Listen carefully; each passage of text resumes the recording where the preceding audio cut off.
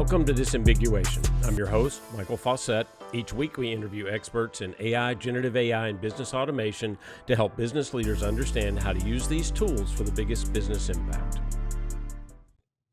In our show today, we look at optimizing your data infrastructure. I'm joined by Jeff Baxter, VP of Product Marketing, NetApp. Jeff, welcome.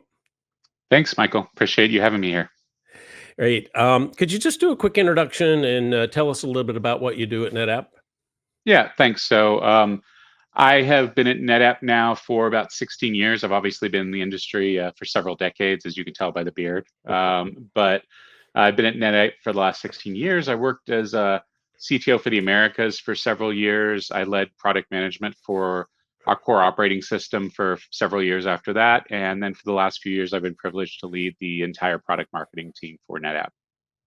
Nice. Well, thanks. That's a good overview, and I also mirror your grayness. So this is a good conversation for us, anyway. There you go. So in the midst of all the conversation around AI that's happened over, especially over the last couple of years, one of the sort of underlying themes is the idea that data quality and also just availability of data is extremely important to making the application of AI effective and functional.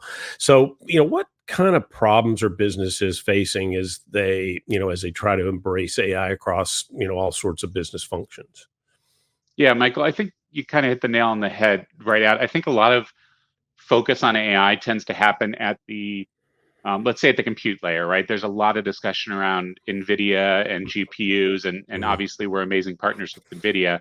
And then the models themselves, right? And whether it's all the way to the consumer with ChatGPT or any of the different LLM models. So a lot of the focus has been there, but foundationally, models can only do so much if the quality of your data is poor, right? Mm-hmm. And if you don't have the right hygiene in your data, and if you don't have all of your data in place, and it was a decade or more ago that people coined the data is the new oil sort of thing, right? Well, Yeah. Now I think we've finally gotten really good refineries with Gen AI and LLMs, but it doesn't solve the problem of still having all of your data together in a way that you can access it. And so we see a lot of businesses dealing with this fragmentation of data that for decades they've been trying to solve for things like data warehousing and reporting and other things like that, where it wasn't necessarily in the mainstream of their business transformation if the data was fragmented, right? It was more for secondary use cases and reporting. Now that the business is transforming to AI actually driving the business, the fact that you have data siloed, that you don't perhaps have good data hygiene is becoming a critical challenge that's impeding AI initiatives. And I think that's really where NetApp comes into play. In our piece of the overall AI puzzle is in trying to help those sort of challenges.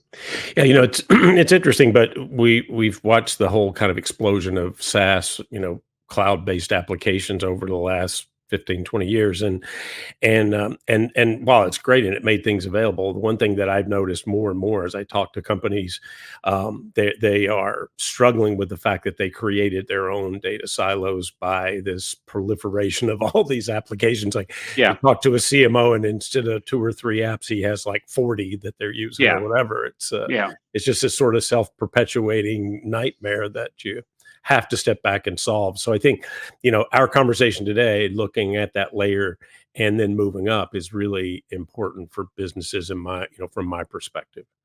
Yeah, it's the disaggregation among all of the different SaaS providers, like you mentioned, or all the different SaaS applications, and then even just across all the different clouds, as well as on-prem silos. All of that, can be a nightmare. Even in the best run business, even in the best run IT shop, you're going to have those sort of issues. Yeah. So help us out a little bit as we're thinking about this.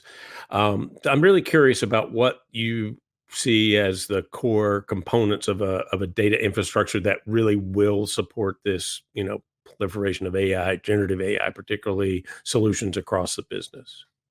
Yeah. So from a NetApp perspective, what you need, first of all, and we talk about intelligent data infrastructure, right? And when you have that sort of intelligent data infrastructure, you need to be able to drive value everywhere across the hybrid cloud. So we see a lot of point solutions where it's all about creating a data warehouse on-prem, or it's about a solution in AWS or Azure or Google. Mm.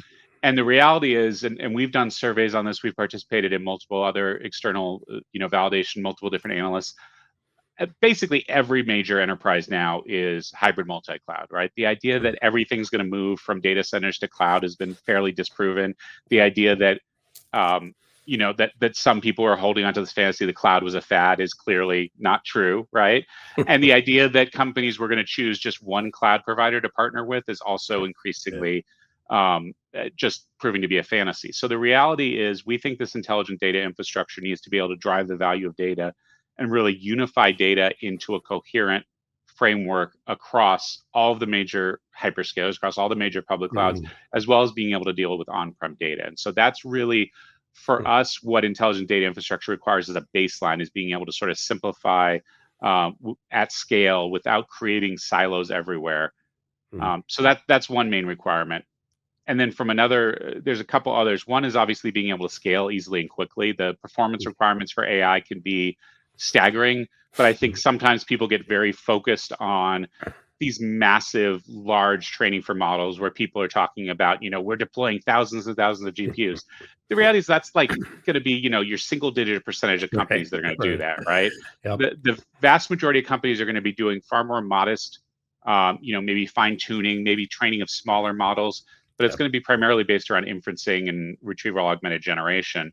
Yep. And so the ability to scale all the way up to being able to do these massive HPC style supercomputers, but being able to use the same data infrastructure to scale all the way down, I think is very important. And to be able to grow as we grow, right? A lot of businesses are going to start with, a few GPUs either on-prem or in the cloud. Maybe they'll start with a DGX from NVIDIA, but they're not usually going to start with 40 DGXs in a superpod cluster. They're usually going to start to scale up, except for those very small people. So being able to start with a data infrastructure that can start small and grow all the way, I think is the second sort of important clarity point for us.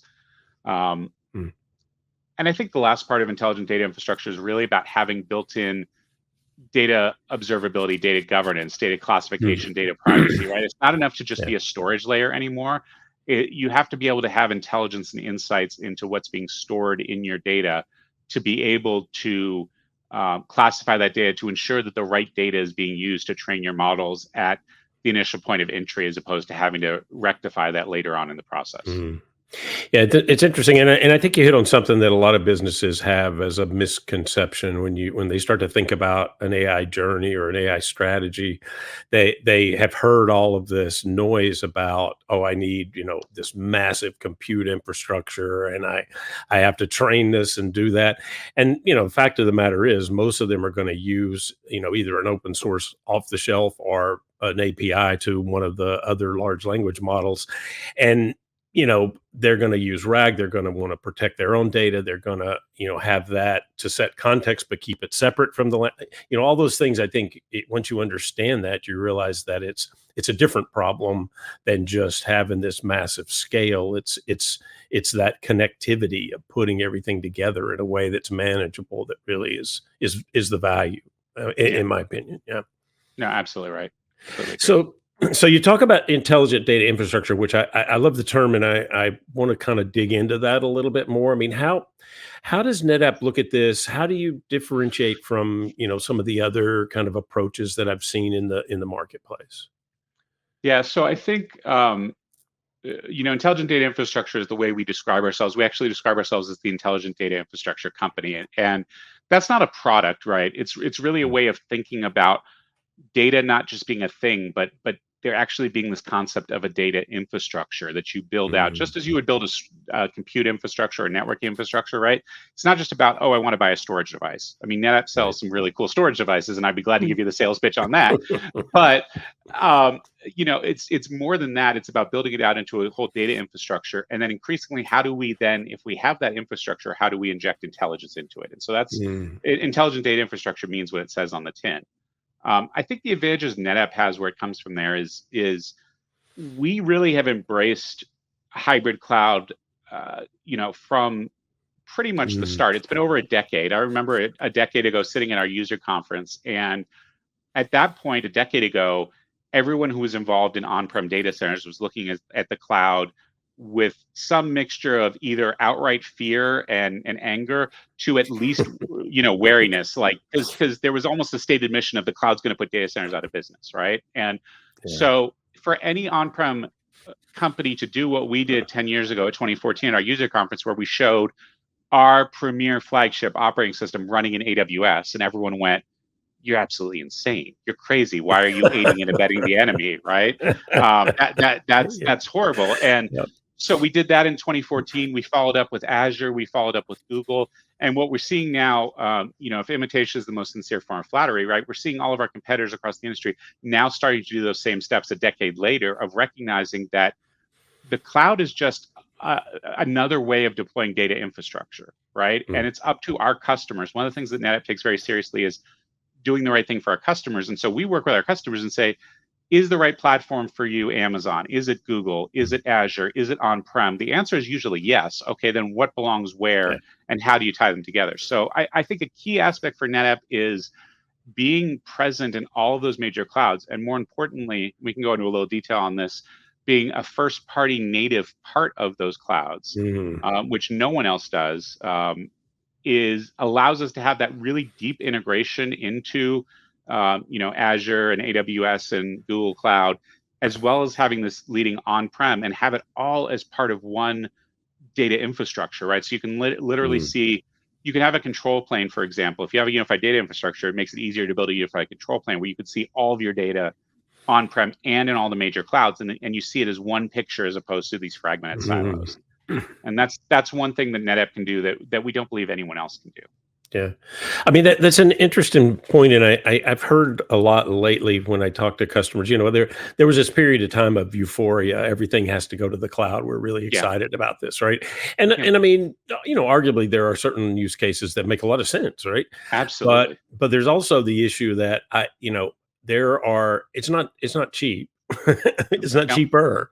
Yeah. And certainly scale is important, but then you're using have different applications. Maybe it works better in this cloud versus that cloud versus whatever.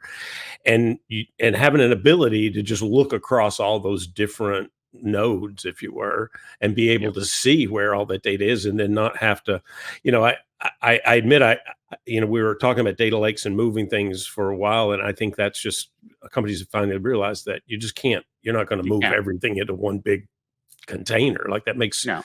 that doesn't make No. any sense for one thing, but Yep. it also just is so inefficient, right? Yeah. Yeah. So what are thinking about benefits? Mhm. What are the key benefits for businesses if they take this more unified approach versus major structural change to kind of push everything in one direction? Yeah, so we actually, so I'll give you kind of a list of benefits, and amusingly enough, we actually managed to collapse them down to 6 S's, which, uh, if you ask, what does product marketing do? We find a way to make every benefit start with an S. No, but That's good. I mean, so that probably took some effort. it took some effort. I actually used Gen AI to come up with the 6 S. I was I running like out, it. but so we had, simplicity, savings, security, smart scalability, and sustainability are Mm. really the benefits. And so there won't be a pop quiz on that. But I think we lead with simplicity because, being able to have your data, as you said, in all of these different places, because I think you're exactly right. This idea of I'm going to create one monolithic data lake in one Mhm. place, but magically keep it up to date in real time from all these different endpoints is just, it's fantasy land, right? So being able to have data on Azure, on AWS, on Google, on-prem, but have it all in the same data infrastructure, have it literally all running the same storage operating system. So it has common APIs across all of it, common reporting, right? That's what we really mean by Mm. simplicity at scale is, don't try and drag your data all to one place. Make your data infrastructure common and be able to move the compute and the tools, which are more ephemeral, to wherever Mm. your data is, right? And be able to, Mm.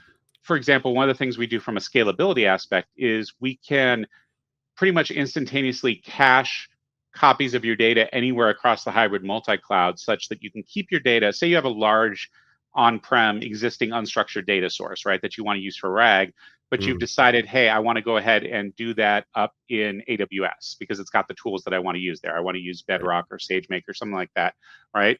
You can actually take a petabyte scale data set that you have on-prem and make it appear instantaneously in the cloud. Now, does the data actually move to the cloud? No, we haven't invented quantum teleportation or anything like that, right? But it looks to the engine like all of your data is there, and we'll pull that data up just on demand as it's actually needed, and then you can just disinstantiate it minutes later, or hours later whenever you're done with it. And so being able to weave that sort of web, that fabric across all these different places so you can see all your data everywhere without having to move it there allows you to pick the right tool. It allows you to pick the right cloud. It allows you to pick the right framework at a glance. And that's really gives you the simplicity, and it gives you the scalability to be able to build out and take advantage of all these different tools. I like quantum teleportation. I have to find a startup that wants to work on that. That sounds very interesting. Yeah, we were joking. We tried to invent that, but the lab that was working on it disappeared 2 years from now. Yeah, those dimensions. It's such a hard thing. Darn tachyons. It's hard to track them. I know. So you mentioned in there, you mentioned security, and so let's jump in that direction for a minute, because I want to think about that a lot. And obviously, there's a lot of concern around privacy, compliance. I mean, we see more and more regulations, GDPR, AI, regulations in Europe. So how can companies ensure data security and also compliance when they're using this type of intelligent data infrastructure? Yeah, so we look at them as definitely two sides of a coin, right? So they are linked, but there are definitely two different pieces. So I'll kind of take them apart, right? So from the security standpoint, we really look at it as, how do we keep your data safe and secure? And to some degree, there's no difference for that from an AI use case as opposed to any other enterprise data use case. One of the really interesting things that NetApp has done is we're the first enterprise storage company to embed anti-ransomware protection directly within our storage operating system. And now we're adding into it, we've previewed adding an AI ML engine into it under the theory that increasingly ransomware is going to be developed by AI. The only way you're going to fight that is by having AI fight AI. And so we're actually building, and we've previewed building this AI ML engine in directly. And we actually we went out and had it tested by SE Labs, and it showed basically 99% recall. So it caught over 99% of the ransomware attacks, even on data sets that it hadn't been trained on. And it had 100% precision, meaning absolutely no false negatives, which was incredibly important for us. So customers are looking forward to that. And we just include that at no additional cost into our intelligent data infrastructure. We just think that should be a mandate for anyone doing data storage today. It should be included. By the way, I will note that doesn't mean you don't do things at the perimeter. It doesn't mean you don't do things at a higher level, right? It's all part of the zero trust model, where at every layer of the stack, we're looking for ransomware. We look at ourselves as sort of the last line of defense, right? If you've gotten past everything at the perimeter, you've actually gotten to the storage stack layer, potentially as a privileged administrator, because you've fished for social privilege, or you've used a 0-day or something like that, then we're going to try and stop it at the storage layer, down a layer below that. So that's all built in. I think the more esoteric and interesting attacks in the future that are AI specific are going to be things like model poisoning, right? Where you don't grab the data, maybe you exfiltrate the data anyways, right? But you don't try and hold it for ransom. You try and inject new data into the training model to get different results, right? So I think there was that example of an airline a couple months ago that gave away, a free ticket or something because it misunderstood its own, or it gave away a discount ticket. You can imagine if AI gets more integrated into more core business processes, that being able to poison an AI with different training data could be, more of an interesting line of attack. And so being able to know when there's unusual behavior going on in your data sets, and being able to have model traceability and go back at a moment's notice and say, this is what changed in my model from point A to point B. Here's where the data is that changed. And to be able to revert back models very easily, or revert back whole data sets very easily, is a key part of what we offer, right? So you can have a petabyte scale data set. You can take snapshots of it instantaneously, and you can recover back to those snapshots in minutes, right? So you can sit there and constantly have this traceability of what data set was I trained on. So if you get an abnormal result, whether it's the result of a security incident or not, you can go back and say, okay, we know that result happened 5 days ago, right? And it's coming to light now that we had an abnormal result. The data set has already been changing since then. We can't replicate that result. Let me bring up a clone copy of what the data set looked like at the time, and and try and get a sense of what caused that error in real time without having to rev back what I've currently got going in production. So being able to do just flexible cloning, Mhm. instantaneous point in time restores is a key aspect of the data infrastructure for being able to sort of ensure data provenance across the AI stack. Mhm. That makes sense? Yeah, that Yeah. yeah, it doesn't, and that plays right into the whole kind of overall data governance strategy Yeah. as well. Yeah, Yeah. so that makes a lot of sense. From a data So governance and sorry, go ahead. no, no, go ahead, go ahead.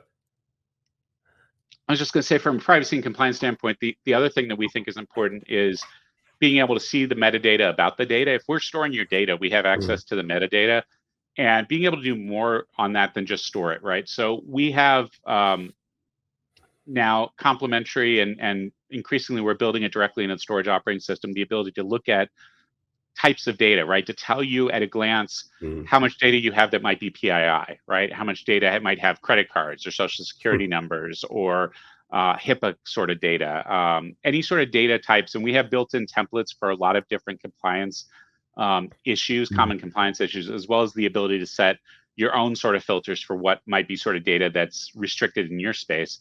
And being able to ensure that when you're training your model, if you're not training your model on PII, for example, which is probably a good standard, seems right? Or like if a you don't good want to include, idea. Yeah. yeah, let's not put all the social security numbers of our customers into our training model, right? Yep. It'd be good to be able to determine if you have millions of files out there, right, that you're training Mm, on, have any of those sort of snuck in, and being able to do that directly at your data infrastructure layer from the start mm, and be able to sort of filter it out and then say, okay, now here's my data set that I can use to train on now that I've run it through a filter and made sure that I'm not including any data that I don't want to mm, include on. Am I including any data on EU citizens that I don't want to do because I don't want to have to deal with specific EU mm, compliance, or vice GDPR. versa, right? All these different things that you can do that we built directly into intelligent data infrastructure. Yeah, that's great. I mean, that's obviously one of the areas where there's a lot of concern, I think, is there leakage of PII, and as we get more and more regulation around that. And then, Yeah, the other thing you mentioned, and I think this is really important to kind of reinforce the idea that, each industry has some very unique needs and compliance issues. And some industries like healthcare, it's extremely highly regulated, and there are various not just federal but state and other countries as well regulations to deal with. So having some way to look at and understand what's going in and what's coming out, and do that in a protective, proactive way makes tons of sense to me. yeah. So you mentioned a use of AI in in the infrastructure, but can we expand that a little bit? How are you guys using AI, generative AI, obviously machine learning, to build out this intelligent data infrastructure? So I think there's a couple different ways. Um, Obviously we use generative AI internally to help build out some of this infrastructure, Mm, right? And I think that's very in common with what other, high tech companies are doing. So right. I won't talk too much about that. I don't think there's that much that we're doing that's unique in that space. But I think I mentioned it at first, right? We're trying to figure out where can we intelligently build AI ML into the data infrastructure to help customers. So one key thing was that anti-ransomware technology I talked about, right? Mm, Building AI directly in there. We're looking at a lot more auto healing applications, right? So how do we use AI ops to move beyond sort of the common problems that right now we'll use AI ops to find known patterns based on past things that are in our mm, telemetry database and look for those same problems. How can we start to build in AI to do more auto healing to catch problems that we haven't encountered yet, right? And to recognize anomalous patterns. So that's another way we're sort of building into intelligent data infrastructure. And then a lot of it is just pattern recognition and other things for sort of doing metadata classification that I mentioned. So those are just a few of the ways. I think we're really, I think in a lot of ways, I think we're just at the infancy stage of how do we mhm. actually build AI into the intelligent data infrastructure so it's not just the best platform for AI, but it's also using AI to improve itself, right? I think Yeah. we're just really at the start of that pretty cool path. Yeah, I mean, I think there's a lot of promise there, but I haven't, this is the first time I've really dug into this much and haven't really heard of a lot of use cases. I mean, certainly, and the layered security, I think, that's obviously a very interesting conversation for businesses. And on the edges, and then all the way in, you're starting to hear about more and more cases of, pattern matching and quick identification, quick action, that sort of thing. So Mhm. that seems logical. I published something recently, and I've been looking at a lot of, I've spent a lot of time around decision intelligence and automation, and particularly around automation because it seems like more and more businesses are kind of moving that automation line up inside their business. So, obviously that's a fairly trusted and critical function, right? If I'm gonna, the more I automate, the more I need something underneath. So Yep. I was just curious, how do you see that automation need playing kind of in the way that companies use the intelligent data infrastructure? Yeah, that's a great question. Uh, we operate under the assumption that people do things manually maybe the first time, but anything Mm, after that is automated, right? So mm, everything we sometimes I laugh because we spend a fair amount of time building these really nice GUIs that you can use to do things like drag and drop data from one cloud to the other. But the reality is most everyone's going to use the APIs underneath to do that, right? And to right. automate the entire stack, right? So we have extensive Ansible, Terraform integrations. We build cookbooks for all of that so that people can Mm, automate. And more importantly, we build reference architectures for the entire stack, right? So we mm, tightly partner with NVIDIA, for example, to build what we call an AI pod. So it's an entire converged infrastructure stack that gives you one common automation framework to be able to do the entire AI stack. We have mm, extended that for, NVIDIA has their OVX stack, which they use yeah. primarily for sort of RAG and everything like that. So we built an entire OVX reference architecture with NVIDIA and Lenovo, actually, so that you Mm, can, because again, there's some people who are going to go out and buy NVIDIA DGXs and start at that layer scale and go up. But then there's others where increasingly at the enterprise level, they're going to go out and buy some servers with some GPUs in it and use it for yeah. inferencing and fine tuning. And so we partnered with Lenovo, which is one of the premier OVX partners with NVIDIA, to Mm, build out this entire stack, which again allows you to automate everything because it's a known good sort of configuration.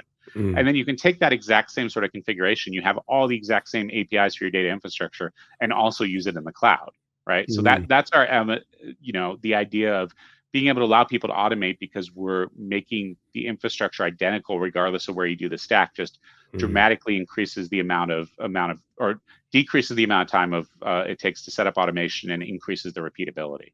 Mm. Yeah, I mean, that makes sense. And obviously repeatability in an automation environment is extremely important, and Yeah. consistency and that sort of thing. So you brought this up a couple of times, and I didn't really ask about it then, but I can see some huge advantage in the idea of supporting all these different cloud environments. But what other advantages have you seen with your customers in being able to approach this in a more open fashion? Yeah, so most of our customers, I think today will leverage our technologies on-prem as well as in one or more clouds. I Mm, touched on before, we're actually a first-party native provider with each of these clouds, and what that means is essentially they use our technology to build their own service. So mm, on Azure, for example, it's called Azure NetApp Files. On Amazon, it's AWS FSx for NetApp ONTAP. For Google, it's Google Cloud NetApp Volumes. mm, And they're actually offerings from each of these clouds. And what that lets us do is be a part of their entire testing matrix, of their security mm. matrix. Each time they roll out new features, they test with those as well. So it's not just that it's a marketplace offering. It's cool to be on a marketplace, right? That's where Sure. we started a decade ago, right? That's Yeah. where people start. But we're the only ones that really are built in as this first party service across all of the major Mm, hyperscalers. And so you end up with customers that will be able to do some of their training on prem, some in the cloud, be able to have data that they'll burst from on prem to the cloud, right? Be able to, and I mentioned this before, right? Being able to pick which model they want on any of the mm. different cloud providers Yep. and then move their data to it to be able to train against it. Yep. So that's what we're seeing from a lot of our customers is being able to take advantage of that sort of hybrid approach Mm, to really accelerate their AI development. And in a lot of cases, even for customers who decide they want to do their AI training on-prem, it can take a while to set up that right. infrastructure. It can take a while to get the GPUs, right? GPUs are not a always free flowing commodity, right? They're No, in no, high no. demand. Yeah, very high And demand. Yeah. you know, Yeah. I give all credit to NVIDIA on that, right? But Yeah. so in a lot of cases, people will set up and start doing their AI training on the cloud. And if they start with NetApp infrastructure there, because they know eventually they're going to set up with a NetApp sort of AI pod Mm. converged infrastructure on-prem, it's super easy when you do get that set up to move your data sets back and not have to change any of your framework. Mm. And so that's what we've seen a lot of our customers doing is experimenting with AI on the cloud. And then when they get to the point where they know it's a consistent workload, they've sort of modeled what's going to be required and they've decided they can lower their cost by bringing it in-house in a data center, then it's really easy for them to move their infrastructure there, right? Mm. Same thing the other way, right? We have people who burst workloads up to the cloud, Mm. whenever they need to. Um, my favorite, it's not AI related, but my favorite is DreamWorks has been a customer basically since the start of DreamWorks and the start of NetApp, and Mm. they do all their main rendering and everything on NetApp systems that stay on prem, but whatever they suddenly need to produce a Christmas special or something that wasn't in the cards, right? They'll burst their same assets up to a cloud and be able to do that burst rendering there, right? And so that's just an example, not quite an AI example, but just an example of the sort of workloads that having that hybrid cloud Mm. enables. I mean, it does give you that insurance that if you did have an unpredictable need to scale something, you Yeah, could quickly solve that problem with your cloud with your different cloud environment relationships. yeah, And it almost, I mean, this is probably not the right word technically, but it almost is like you're natively part of each of those environments, which yeah, changes the thought process there quite a lot if you're able to move things around really easily. Data portability, yeah, that's a big challenge for a lot of companies. So that yeah. that makes a lot of sense to me. That's exactly the right word we use, actually, by the way, is native, first party Uh, native cloud service, right? So because we use the term first party, meaning it's not a third party, it's not in the cloud marketplace. It's actually an yeah. offering from Microsoft or Amazon or Google that they Mm. actually provide. They have their own product managers. They actually own Mm. those products, right? So the Mm. funny part for me is I'm responsible for NetApp product marketing. Those are not technically my products, right? So we'll tell everyone how great they are, right? But at the end of the day, they actually do a lot of the marketing for them. They drive them. They talk to their customers about it. One of my favorite experiences was last year at reInvent. I went as an attendee, right? So not only to check Mm. out the NetApp stuff, but I wanted to just experience it. And I went and sat in a breakout session. It was a breakout session about how to run high performance databases on AWS storage, right? So I walk in there and they're like, okay, for this session, we're going to be using AWS FSx for NetApp ONTAP. If you're not familiar with that, and I'm just sitting there going like, because I didn't even know it was going to be our stuff, right? So I thought that was That's awesome funny. because they just regard it as their product because it Yeah. is their product, right? And Yeah. literally, I asked for help at one point with something in the lab, which is funny, right? But it wasn't about the ONTAP side. It was more about the lab stuff. And they come up and they're like, "Are you familiar with ONTAP?" And I'm like, A I tiny was bit. responsible for it for a couple of years, but yeah, just a bit. A little Yeah, bit. a little bit, a That's little bit. great. That's great. Well, so so you mentioned a couple examples already, but I'd love to hear, if you have any that you can share, some Yeah, examples of how businesses are using intelligent data infrastructure to make, big impact in their business. yeah, sure. So I'll give you a couple different examples. One of the customers I love is King's College London that we worked with, helping enable Mm. um, basically radiology interpretation, right? So we've heard a lot about using computer vision to be able to do radiology interpretation and how it's actually proving to increase the ability to go through these scans, but also in some cases Mm. catching cancers that perhaps a radiologist couldn't catch Right. or otherwise. So they chose our sort of on-prem flash storage for sort of the high performance and easy scalability, as Mm. well as high availability, right? So if you're actually using that for inline radiology, you don't want to have it down, right? You can't afford to Yeah. have downtime. It's not one of those things where it's like, oh, let's just start over or Mhm. let's wait a day to run that, right? So they did that. We had another Japanese company called Cyber Agent, which is a digital advertising company Mm. that built a hybrid cloud offering with ONTAP and running on the public cloud. So they had an on-prem NVIDIA DGX and NetApp AFF flash system, as well as running on one of those clouds.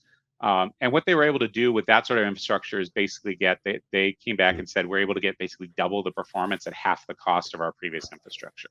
So fairly transformative business impact that customers are able to get by being able to use the cloud for where it's appropriate and use on-prem for where it's appropriate. So those Mhm. are just a couple examples of Yeah. customers, and we obviously have hundreds more. Yeah, no, that's great. That's helpful. I think it just helps you put it in context if you sort of understand some of the ways that it's being used. So obviously a lot here and extremely important from a enterprise perspective. So I'm curious, kind of on the other side of it, what are challenges that companies are dealing with when they try to implement the intelligent data infrastructure, and then how do they address them? How do they get across those challenges to success? Yeah, so I think in some ways it's just the mirror image of the opportunities we've been talking about, right? So I think the main challenge we see are these sort of fractured data pipelines, right, where they're operating in silos across all Mm, their different data sets. In some cases, there's AI initiatives running in different parts of the business, operating across different data sets. You really need that sort of prepare, train, and deploy all as part of the same data flow from the start, right? So instead of just right. starting with the idea of what model am I going to run, or how am I going to do this, really starting from what are your foundational data sets and how do you build that Mm, data infrastructure and have that in place. So I think that's a challenge for a lot of companies to get in place, mhm, especially if you have petabytes or even approaching exabytes of unstructured data just scattered around your enterprise, right? That is a huge lift to try mm, and fix, right? So I think that's a challenge that a lot of companies are going through, just in terms of mm, moving from data governance and data compliance being a hygiene issue for the company to being a business driver for the company. Just mm, is a huge amount.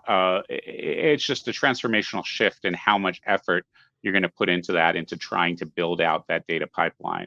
mm, So I think that's really the biggest common challenge, and obviously we're helping customers. We'll help customers. We'll go in and run workshops with them to do data identification. Right, we have tools that will go out and find where data is scattered across customers' mm. enterprise. I wish we had the magic wand to just, poof, then now it's a unified data pipeline. Yep. There's no shortcuts to that, right? It Yeah. takes a lot of data science and data engineering and others to just sort of build all that together. And this is where, we partner with really smart data scientists. We've been building out our Mm, own data science practice internally, but clearly there's, immense expertise out in the ecosystem about how to mm, really build out data science into something that could build that infrastructure for you. And so that I think is the mm, main challenge we're seeing from customers is how do they sort of unify their data? How do they get to a place where they're ready to build out this intelligent data infrastructure? And so that's the sort of thing mhm. that we're really helping customers do. Mm. I mean, that makes a lot of sense. I know, when I talk to companies about how they think about an AI strategy, that's exactly where we like to start with the conversation. Is okay. Let's look at the data infrastructure, data locations. What do you have? What have you done? What haven't you done? Because that is kind of the fundamental first step in any of those kinds of projects, right? Is to get the right quality and volume of data to do whatever it is you're trying to do. Yeah, Yeah. that makes a lot of sense. So that's actually all the time we have. Although it's interesting. I certainly could keep going. But before I let you go, the one thing I like to ask people on the show at the end is, could you recommend somebody, a thought leader, an author, somebody that is influential to you and that you think would be beneficial for the audience to check out? Yeah, it's a good question. I'm going to do a cheap plug for a colleague and friend of mine, actually, since I have the opportunity. Cheap Guy plugs, named welcome. Cheap plugs, yeah. Since you asked, a guy named Matt Watts, who's actually our chief technology evangelist. Really, really smart guy. I laugh because he's been a mentor to me at NetApp for basically the whole time I've been here. Mm, He was when I was the CTO for the Americas, he was the CTO for EMEA and based over in the UK. And I always used to laugh because they put us both of us on stage, and I'd be like, okay, here's the smart, polished Brit, and here's the American version of the American Office, right? It's yeah, exactly. um, so I benefited a lot from his wisdom, and what he's been doing recently is really exploring these major transformations, right? Whether it's AI Mm, or ransomware or things like that. He has a video series online called "What's the Future," which I mm. still laugh that marketing let him do something that has that acronym. And I'll leave that unsaid. But and in my real cheap plug, he just wrote a book called The Fourth Wave Mm, that I happen to have here. It's available on Amazon. He self-published it, And so, talking about sort of the three waves of transformation in the industry from, originally unified data storage and virtualization, all the way leading up into sort of intelligent data infrastructure and AI today, and how that's really transforming data infrastructure. So Mm. it's a good, quick, fast read for people if they're interested in doing that. Otherwise, he's got a bunch of blogs and other material online, and I think he's really um, been influential in thinking about how data infrastructure can help guide this AI revolution.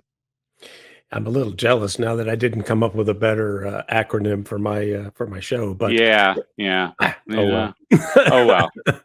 Well, Jeff, thanks so much for joining today. Really enjoyed the conversation and very, very informative for the audience. Yeah. Thank you for having me. I really appreciate it. Okay. And that's the show for this week. Thank you all for joining. Remember to hit that subscribe button. If you enjoyed the show, please leave us a 5-star rating on YouTube or your favorite podcast platform to help others find the show. For more on AI and other software research reports, briefs, and blog posts, check out arionresearch.com.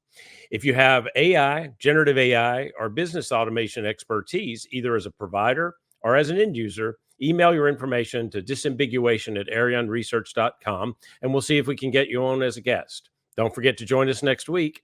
Disambiguation is an Arion Research production. I'm Michael Fawcett, and this is the Disambiguation Podcast.